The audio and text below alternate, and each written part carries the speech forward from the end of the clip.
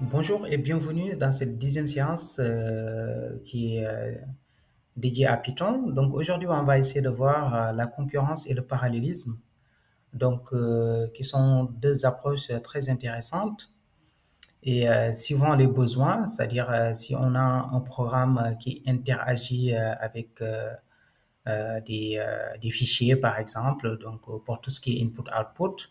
Donc, comment on peut faire pour avoir un code beaucoup plus rapide et dans un autre contexte, si on a des ressources qui sont disponibles, par exemple un CPU avec plusieurs cœurs ou bien un GPU, comment on peut faire pour paralléliser notre code, c'est-à-dire pour créer plusieurs processus qui s'exécutent sur des cœurs différents afin d'accélérer le calcul. Donc, en petit temps, on va voir la notion de programmation synchrone, donc une approche qu'on a utilisée jusque-là. Donc, c'est l'approche par défaut. Après, on va voir la concurrence qui permet de résoudre les limites de l'approche synchrone, donc notamment avec l'utilisation de Asyncio. On va voir la différence entre ce que je viens de dire sur la concurrence et le parallélisme. C'est quoi exactement la différence? Et on va parler des threads, donc qui est une approche pour faire du parallélisme lésé. On va voir ce qu'on appelle le GIL en Python, donc qui est une approche utilisée par défaut, mais on va le voir en profondeur. Et sur la conclusion, je vais essayer de montrer dans quel contexte il faut plus valoriser la concurrence sur le parallélisme, par exemple. Et un petit exercice, enfin, pour appliquer ce qu'on a vu sur la concurrence et le parallélisme. Donc, essayons de voir la programmation synchrone, c'est quoi exactement? Donc, la programmation synchrone est une méthode par défaut utilisée par Python et qui consiste à exécuter des tâches une après l'autre et de manière séquentielle. Donc, pour être simple sur la définition, c'est quoi exactement? C'est-à-dire, supposons que nous avons un programme, donc une tâche à exécuter, et cette tâche nécessite, par exemple, de télécharger des fichiers. On voudrait télécharger, supposons, trois fichiers. Donc, on a la première tâche qui doit télécharger le fichier 1, la deuxième tâche qui doit télécharger le fichier 2 et la troisième tâche qui doit télécharger le fichier 3. Si on exécute la tâche 1, à un certain moment, elle télécharge autant pour moi le fichier 1. Donc, les autres tâches, donc la tâche 2 et la tâche 3, doivent attendre que la tâche 1 se termine d'abord. Donc, on peut se dire, là, on est en train de perdre du temps parce que les autres tâches pourraient être lancées et tourner, c'est-à-dire la tâche 1 ne les bloque pas.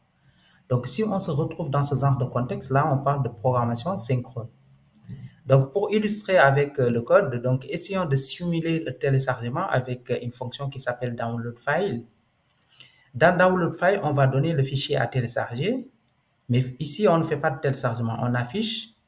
Et pour télécharger, on va juste simuler. Donc, on dit sleep to, time.sleep2, pour dire qu'on va mettre en pause le programme pour 2 secondes. D'accord? Donc, si le programme est en pause, l'idéal serait que les autres tâches commencent à s'exécuter, mais tel ne va pas arriver, on va le voir. Donc, si on crée une fonction main donc, qui télécharge trois fichiers, si on lance le fichier 1, après il écrit téléchargement de fichier 1, après il va dormir pour 2 secondes. Le temps qu'il dorme, l'idéal serait que download file fichier 2.txt démarre. Mais cette tâche ne va pas démarrer. Et même chose pour fichier 3. Ces deux tâches vont attendre que la première tâche se termine. Et fichier 3 aussi, ça va être la même chose. Cette tâche va attendre que fichier 2 se termine. Donc, c'est ça qu'on appelle la programmation synchrone. Et si on exécute, là, on peut voir téléchargement de fichier 1, ça attend. Donc, télécharger, fichier 2, télécharger, fichier 3, télécharger. Donc, ça s'exécute dans l'ordre et tant qu'une tâche n'est pas terminée, une autre ne peut pas être exécutée. C'est l'approche qu'on a utilisée, donc cette programmation synchrone, c'est ce qu'on a utilisé durant toutes ces séances. C'est ce qui est utilisé par défaut sur Python. Donc, pour contourner ce problème, c'est-à-dire dans certains contextes, on ne voudrait pas avoir une telle représentation, qu'est-ce qu'on va faire? On peut utiliser ce qu'on appelle la concurrence en Python, notamment avec Asyncio. Essayons de voir c'est quoi exactement la concurrence. Donc, la concurrence signifie gérer plusieurs tâches de manière simultanée, mais pas nécessairement en même temps.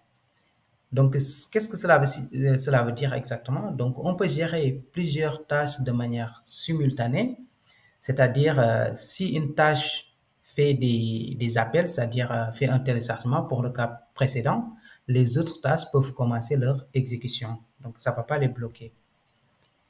Mais une seule tâche peut s'exécuter à la fois. Donc, une tâche est uniquement bloquée, par exemple, s'il fait des entrées et des sorties, des opérations de téléchargement, etc. Donc, des appels réseau, accès aux fichiers, voilà. Si une tâche est en train de faire ce genre d'opération, donc une autre tâche peut commencer son exécution. Mais plusieurs tâches ne peuvent pas être s'exécuter en même temps. Donc, pour exécuter plusieurs tâches, on va le voir plus loin et c'est ce qu'on va appeler le parallélisme.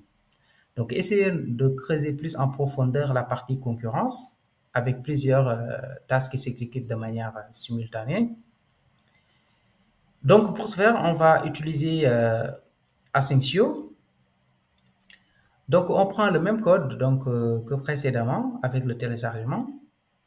On définit notre fonction def download file, mais ça va être précédé d'un mot-clé qui s'appelle async pour dire on veut faire de la programmation asynchrone.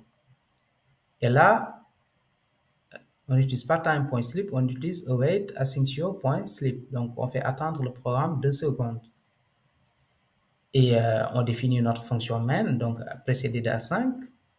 On fait await pour attendre, donc asyncio.gather, et on prend l'ensemble des tâches à exécuter, donc ces tâches vont être asynchrones.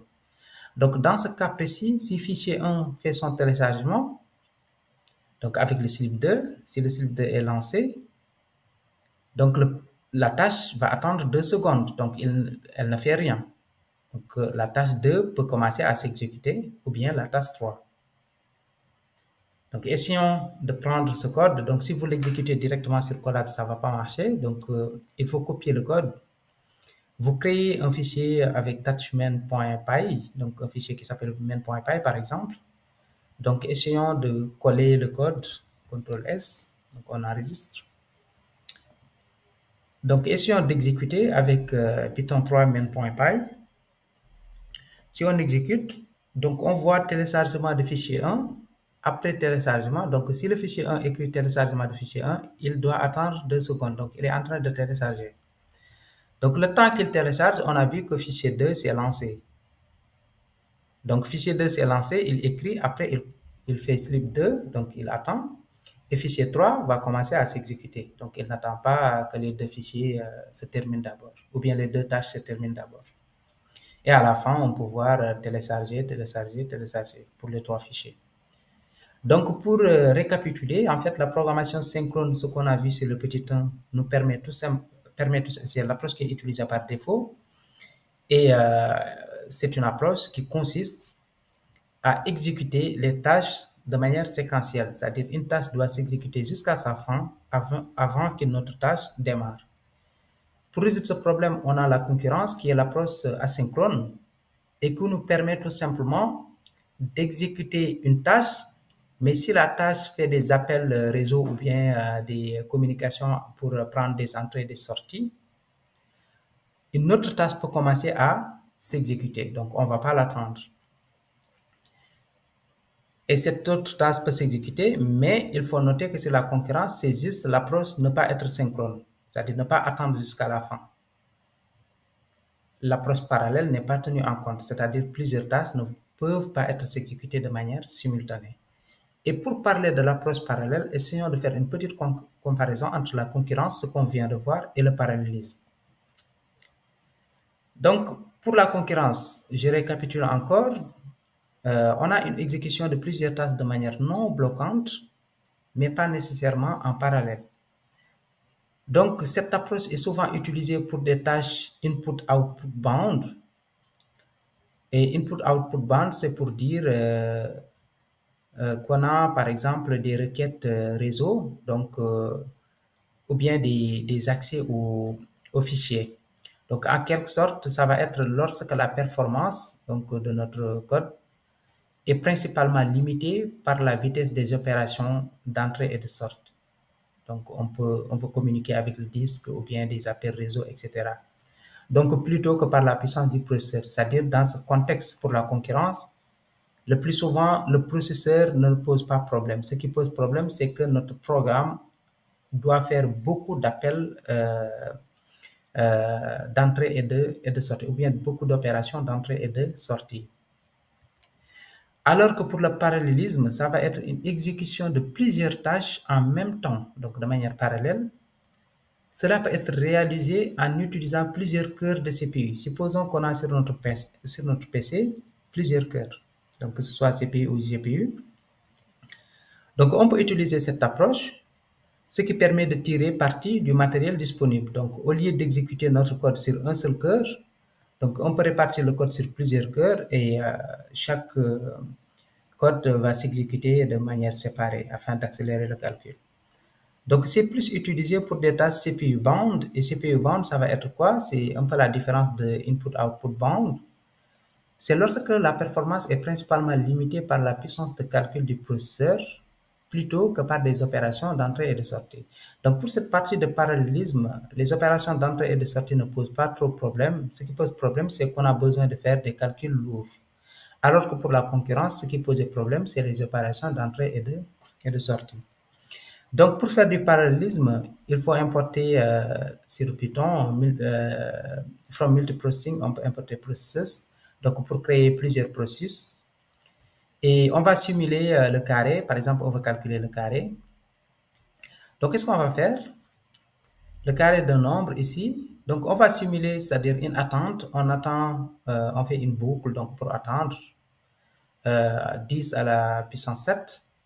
Et à la fin de la boucle, on va afficher le carré. Donc, chaque processus va faire ça. Il attend à un certain moment et après, il affiche. C'est un peu l'approche de sleep. Donc, qu'est-ce qu'on va faire? On va définir notre fonction main et on définit une liste donc, qui est vide. À l'intérieur, on va essayer de créer 4 processus. Donc, on rentre, processus, donc pour créer un processus étant pour moi. Donc, on met target égale calculate square. Donc, on lui donne la fonction que le processus doit exécuter. Donc, chaque processus va exécuter cette fonction. Et vu que la fonction prend en entrée un argument, donc number, on va mettre number, donc i ici. Donc, après, on rajoute le processus dans notre liste. Et on va faire p.start, donc pour lancer le processus, pour qu'il commence à s'exécuter. Donc, après avoir fini cette exécution, donc on va attendre que l'ensemble des processus finissent ici avec le p.join avant de quitter le programme. Donc, si on exécute cette cellule pour voir qu'est-ce qui se passe, donc là, on peut voir carré de 0, donc qui est exécuté par le premier processus, carré de 2 qui est exécuté par le deuxième processus, donc carré de 1 qui est exécuté par...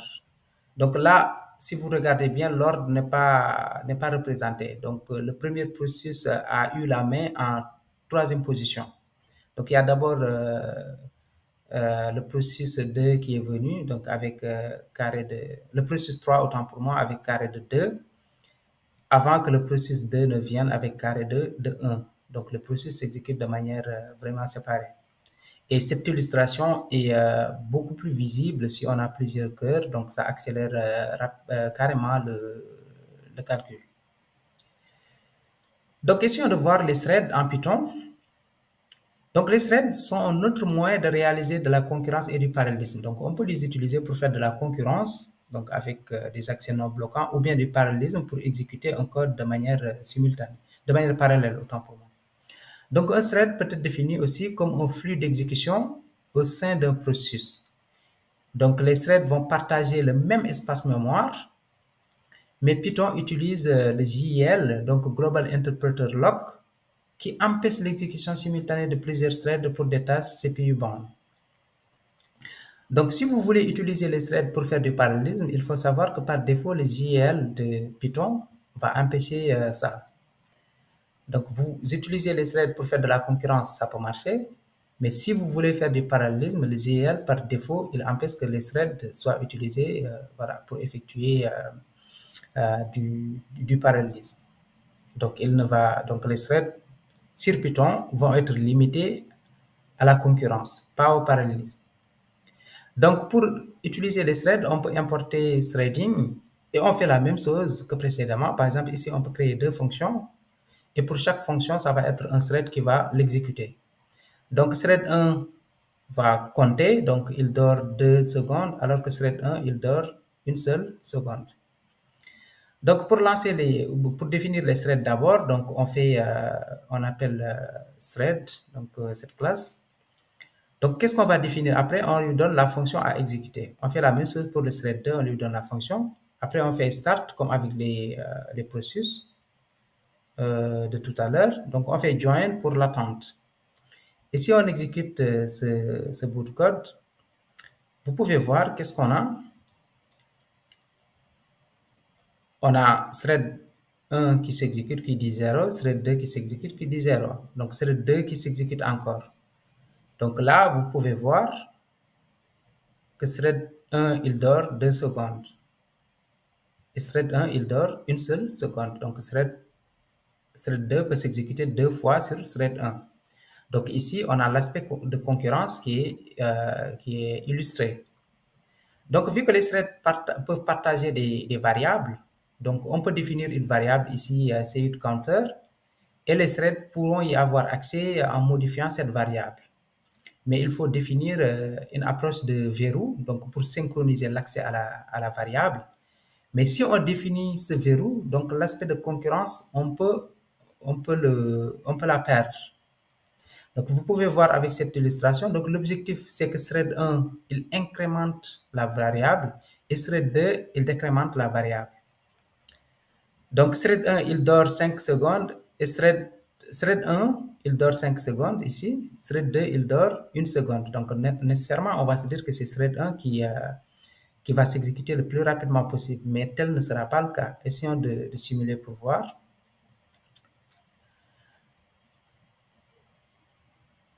Donc là, thread 1 a incrémenté la variable, donc c'est 1. Donc il dort 5 secondes continue, donc il ne donne pas la main au thread 2. Donc il s'exécute jusqu'à la fin. Donc si on définit des verrous, on peut perdre l'aspect concurrence. D'accord? Donc il s'exécute jusqu'à la fin avant que le thread 2 ne démarre. Donc essayons de voir le GIL plus en détail. Donc le GIL ou Global Interpreter Lock est une contrainte de l'implémentation de Python.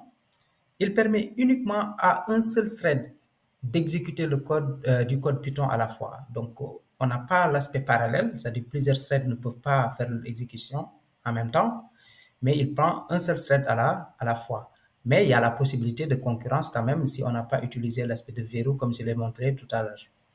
Même sur plusieurs cœurs de CPU, si vous avez à votre disposition plusieurs cœurs de CPU avec l'utilisation des threads, donc le GL va toujours bloquer l'aspect parallèle. Donc on peut bénéficier de la concurrence. Donc pour utiliser le parallélisme, qu'est-ce qu'il faut faire? Dans ce cas, il faut utiliser le multiprocessing que je viens de montrer. Donc, pour conclure cette partie, donc la concurrence avec Asyncio, donc c'est idéal pour des tâches input-output bound, c'est-à-dire si votre programme attend des données externes, comme les requêtes réseau ou bien l'accès aux fichiers, mieux vaut utiliser la concurrence. Et le parallélisme, si vous avez, c'est idéal pour des tâches de CPU bound, c'est-à-dire si vous voulez faire des calculs lourds, vous pouvez répartir les calculs sur plusieurs cœurs de CPU ou bien sur plusieurs GPU par exemple. Voilà, en gros, donc essayons de voir rapidement l'exercice. Donc l'exercice, c'est ça, vous pouvez mettre en pause et essayer de voir si vous avez un peu compris le principe et comment vous pouvez implémenter cette approche. Donc c'était tout pour cette séance donc, qui est dédiée à la concurrence et au parallélisme, qui est un peu technique, mais si vous regardez bien, donc vous allez voir que c'est très intéressant et c'est une approche que vous pouvez utiliser surtout dans le domaine du deep learning avec le parallélisme. Donc pour la concurrence aussi, il y a beaucoup de frameworks qui l'utilisent, donc c'est un outil très puissant à tester. Donc je vous dis à la prochaine séance pour l'introduction aux bases de données, notamment SQLite sur Python. Donc merci et à la prochaine.